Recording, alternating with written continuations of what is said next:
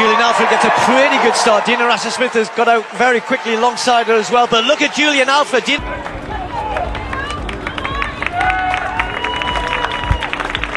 lane number 6, that's Dina Rasmussen-Smith trying to chase her, but it's the Olympic champion who comes away to take the win. 10:75. That's great. Are you on pace now for to achieve your goals for the rest of the season? I would say so. Asher Smith gets second place. Well, I'm not sure about that clock, Tim. I'm getting 10. Well, Yes, we all want to do well, but I don't want to put any pressure on myself. Take it one race at a time and just execute. pleased with that. Well, that is right up there. Not quite the fastest in the world. We had a legend here earlier today, Usain Bolt. Do you feel that you also can be a role model like Usain? In a moment that may redefine the women's 100-meter landscape, Julien Alfred just dropped a time that silenced every doubter and lit a fire under the world's best sprinters. At the Stockholm Diamond League, under a clear Scandinavian sky and in front of a buzzing, sellout crowd, Alfred didn't just win. She made a statement. With a blistering 10.75-second sprint, she smashed the previous meeting record and sent a shockwave through the global track and field community. This wasn't a fluke or a lucky break. This was precision, power, and poise delivered on demand. From the moment she stepped on the track, there was a calm intensity in her demeanor, like a sprinter who knew something the rest of the world didn't. The crowd could feel it, her rivals could feel it, and once the gun fired, there was no doubt left. Julien Alfred wasn't here to compete. She was here to dominate, and by the end of 100 meters, the world knew exactly what kind of force they were dealing with. But this story didn't begin in Stockholm. It began with struggle. Good start from Forbes of Jamaica, but Julien Alfred building momentum through the race. Julien Alfred with daylight between. It's easy to forget that just weeks ago, people were questioning if Julien Alfred had lost her edge. After an electric indoor season, expectations were sky high. But a minor injury setback and time off threw her rhythm out of sync. Her Oslo performance, while solid on paper, left her and her coach visibly frustrated. She clocked 10.89 there, a time most athletes would dream of. But for Alfred, it wasn't enough. She openly admitted she felt off, mentally and physically. Her coach gave her a specific plan heading into Stockholm, not just to win, but to regain the confidence and edge she had seemed to lose. They focused on aggressive starts, sharper transitions, and trusting the training they'd built all season. The pressure was immense, but Alfred leaned into it. She didn't shy away from the challenge. Instead, she sharpened her focus, adjusted her mindset, and came into Stockholm with one goal: to remind everyone exactly who she is. And what came next wasn't just a comeback. It was a warning shot heard around the world. and Davis. Coming into the final 70 meters. Julien Alfred didn't face a weak field.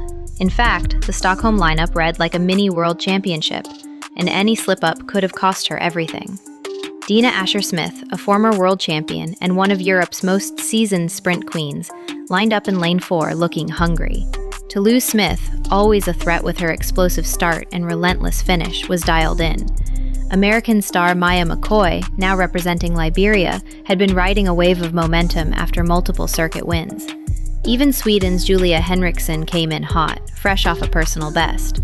This was a battlefield of established greatness and rising contenders. And yet, amid this minefield of elite talent, it was Alfred who stood out, not just in speed, but in composure. She didn't blink, she didn't flinch, and she definitely didn't care about anyone else's resume. Her body language said it all. This was her race to win. And when the blocks snapped and the stadium held its breath, it was Julien Alfred who exploded forward like a bullet with a message that would become painfully clear to everyone within 10 seconds. As the gun fired, there was an immediate sense that something special was happening. Dina Asher-Smith, known for her rocket-like starts, flew out of the blocks. But so did Alfred. In fact, for the first 20 meters, the race looked even, tightly contested between two powerhouses. But then, like a sudden gear shift, Alfred surged ahead. Her transition from acceleration to full stride was flawless. Her head stayed low, her form remained compact, and her power delivery was machine-like. It was in that split second, between meters 30 and 50, where she separated herself from the field and made it look effortless. The difference in mechanics was clear. While others were still working to hit top speed, Alfred was already floating. Her stride opened up, her rhythm locked in, and she began to pull away in a fashion that looked almost unfair. Even seasoned commentators were stunned by the sharpness of her execution.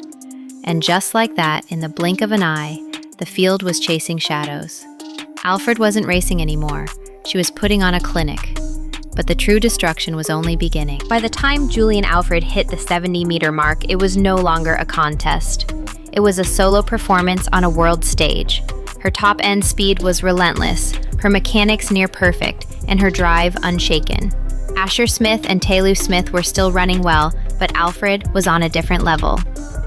That crucial 70-90 meter window, where most sprinters begin to fade, was where she actually accelerated. It was a closing surge that crushed any hope of a comeback. She crossed the line in a stunning 10.75 seconds, blowing past the previous meeting record and cementing one of the most dominant Diamond League victories in recent history. The crowd erupted. The stadium announcer could barely get the words out. It wasn't just the time, it was how she ran it. Calm, controlled, and absolutely ruthless. Dina came second with a season-best 10.93, and Taylor clocked 11.00, both commendable, but miles behind Alfred. This wasn't just another race win. This was Alfred planting her flag and declaring war on the rest of the sprinting world. But as the dust settled, the deeper implications became impossible to ignore. To casual fans, this might have looked like a big win, but to insiders, it was something more. A tectonic shift in sprinting hierarchy. Julien Alfred didn't just beat a stacked field. She did it in such dominant fashion that every major contender now has to adjust their playbook. Sha'Carri Richardson hasn't raced lately, and while Melissa Jefferson currently holds the world lead at 10.73, Alfred's Stockholm run was cleaner, smoother, and scarier in execution. There were no flaws, no late stumbles, no signs of fatigue, just raw, calculated speed. This victory was more than a fast time. It was a psychological blow to her competitors. It proved that Alfred is not only back, she's better, smarter, and faster. With just weeks to go before the 2025 World Championships, this result sends a chilling message. The gap is closing, and Julien Alfred might just be the one to close it for good. The Americans may have owned the early season headlines, but this race changes the narrative. Now everyone's watching Alfred, and they're watching with concern. What made this even more frightening was how calm Julien Alfred was after the race. In her post-race interview, there were no wild celebrations or dramatic gestures, just quiet confidence.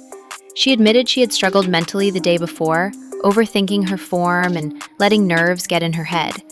But her coach stepped in and reminded her of the work she had done, of the shape she was in, and told her to trust the plan. That plan? Be aggressive from the start, control the middle phase, and finish without fear. And that's exactly what she did. She delivered the textbook execution of a perfect race, all while barely cracking a smile afterward. No chest beating, no wild antics, just, I'm satisfied. And on to the next one. That next one? Most likely, the Prefontaine Classic, another Diamond League stop where more fireworks are expected. But here's the key takeaway. If this is Alfred not at her mental best, imagine what happens when she's firing on all cylinders. Her composure speaks volumes, and her rivals better be listening. With the World Championships looming, the conversation has officially shifted. Is Julien Alfred the woman to beat? Sha'Carri Richardson remains a dangerous X-factor, and Melissa Jefferson's 10.73 still stands as the season's top time. But based on form, technique, and race composure, Alfred has thrown herself into the favorite conversation. She's peaking at the right time, executing at a frightening level, and gaining momentum with every race. The Prefontaine Classic could be the true litmus test, and if she drops another sub-10.80 there, it's game on. For years, sprint fans have been debating who could break the American hold on the women's 100 meters. Now, we may have our answer. Julien Alfred isn't just here to make finals. She's here to rewrite the script. Her 10.75 in Stockholm wasn't the end of the story. It was the beginning of a new chapter. A chapter that could end with her standing on top of the world.